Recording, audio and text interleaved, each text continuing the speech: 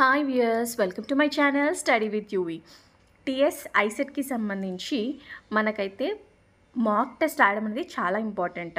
Mock test రాస్తేనే మనకి paper pattern ఎలా ఉంటుంది అండ్ పేపర్ మనం ఎంత ఫాస్ట్గా ఆన్సర్ చేయాల్సి ఉంటుంది, టైం మెయింటెనెన్స్ అంతా మనకు తెలుస్తుంది అనమాట. సో మనకైతే ఫ్రీగా ఒక మాక్ టెస్ట్ వెబ్సైట్లో, అఫీషియల్ వెబ్సైట్లో, అంటే టీఎస్ ఐసెట్ అఫీషియల్ వెబ్సైట్లో అయితే పెడతారనమాట. సో ఇదే అది ఎలా వాడాలి అంటే కొంతమందికి తెలియదు ఆన్లైన్ ఎగ్జామ్ ఎలా రాయాలి అనేది. మనకి సిబిటి కదా, కంప్యూటర్ బేస్డ్ టెస్ట్ కదా. సో ఆన్లైన్ ఎగ్జామ్ ఎలా రాయాలి అనేది తెలియదు. సో వాళ్ళ కోసం అయితే ఈ వీడియో, ఎవరికైతే తెలుసో వాళ్ళు స్కిప్ చేసేయండి. సో ఆన్లైన్ ఎగ్జామ్ ఎలా రాయాలి అనేసి మనకి ఇక్కడ క్లారిటీగా అది కూడా క్లియర్ అయిపోతుంది. టైం మెయింటెనెన్సే కాకుండా పేపర్ ప్యాటర్న్ ఎలా వస్తుంది అనేదే కాకుండా ఎగ్జామ్ ఎలా రాయాలి అని తెలియని వాళ్ళకి కూడా యూజ్ అవుతుందన్నమాట. సో ఇక్కడైతే మీరు ఏం ఎంటర్ చేయాల్సిన అవసరం లేదు. ఈ లింక్ అయితే నేను డిస్క్రిప్షన్లో ఇస్తాను. దానిపై క్లిక్ చేస్తే మీకు ఇలా ఓపెన్ అవుతుంది. ఆ తర్వాత ఇక్కడ సైన్ ఇన్ అని క్లిక్ చేసేయండి.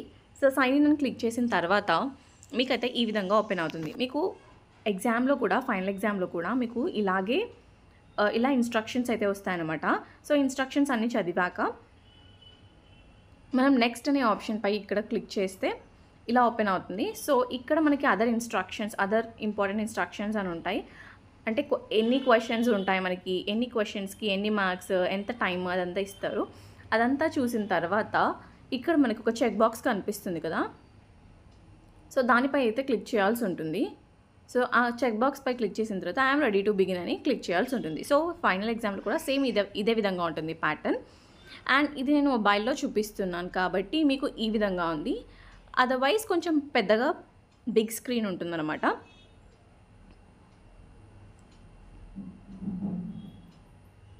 సో నేను మొబైల్లో చూపిస్తున్నాను కాబట్టి ఇక్కడ మీకు 1 to 3 ఈ క్వశ్చన్ నెంబర్స్ అనమాట ఇవి. సో ఈ క్వశ్చన్ నెంబర్స్ కానీ ఇక్కడ చూడొచ్చు మనకి డిఫరెంట్ సెక్షన్స్ అనమాట. Analytical ability, mathematical ability. ఎవరైతే సిలబస్ వీడియో చూడలేదో సిలబస్ వీడియో చూడండి, క్లారిటీ వస్తుంది ఎన్ని సెక్షన్స్ ఉంటాయి, ఎలాంటి టైప్ ఆఫ్ క్వశ్చన్స్ వస్తాయి అని. సో అదనమాట. ఈ విధంగా అయితే మనకు ఉంటుంది.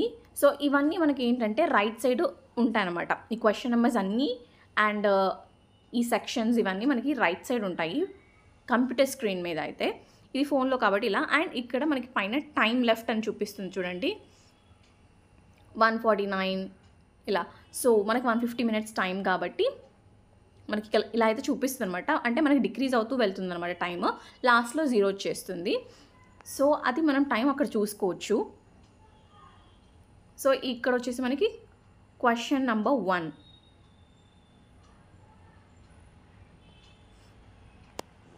సో చూడొచ్చు క్వశ్చన్ నెంబర్ 1.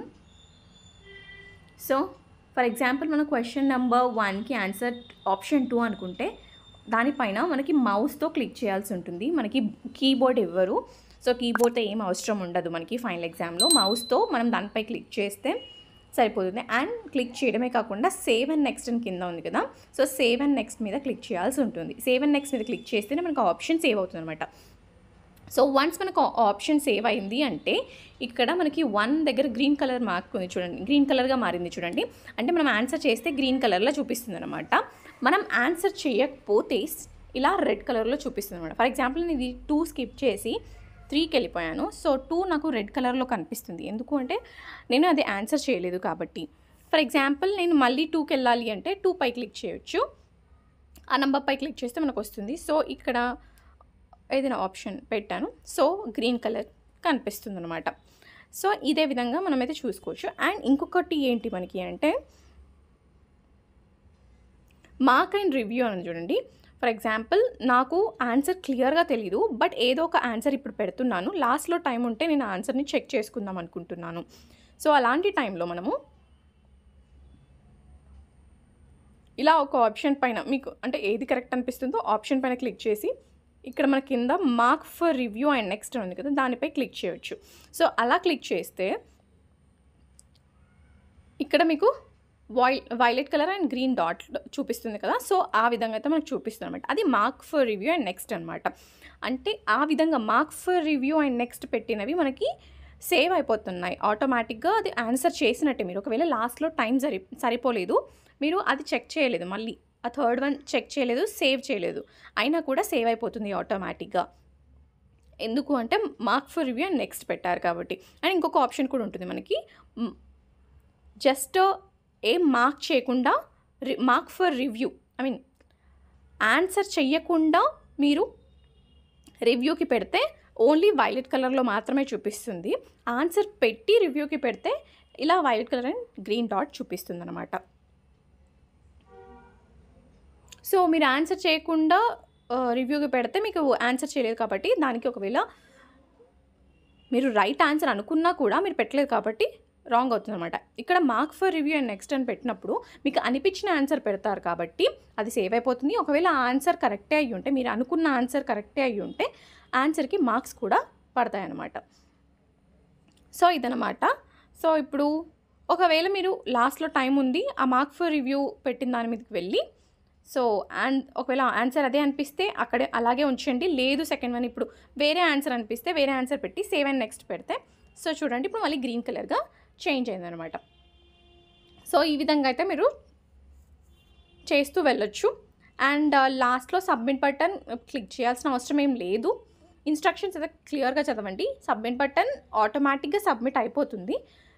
యాక్చువల్లీ ఎనేబుల్గా ఉండదు సబ్మిట్ బటన్, మీకు కనిపించదు అనమాట. అంటే కనిపించినా దాని మీద క్లిక్ చేయడానికి ఛాన్స్ ఉండదు అనమాట, అలాగే ఉంటుంది, బ్లర్గా ఉంటుంది అనమాట.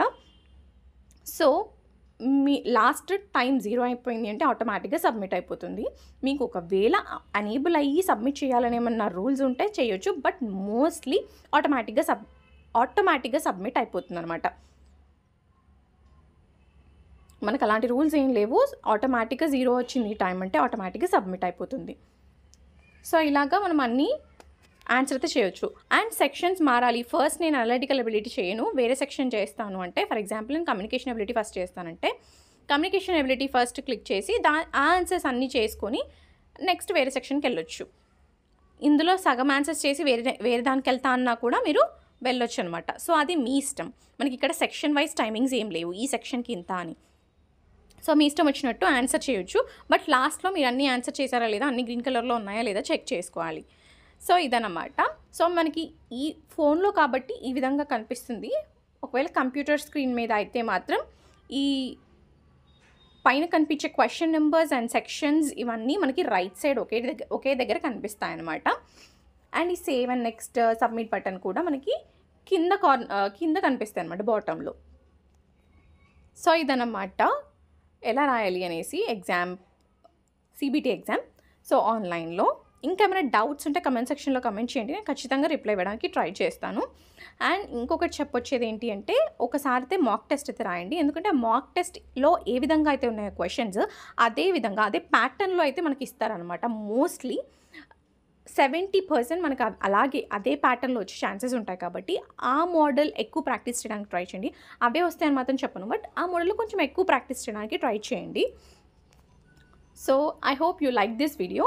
ఇంకేమైనా డౌట్స్ ఉంటే కమెంట్ సెక్షన్లో కమెంట్ చేయండి, నేను ఖచ్చితంగా రిప్లై ఇవ్వడానికి ట్రై చేస్తాను.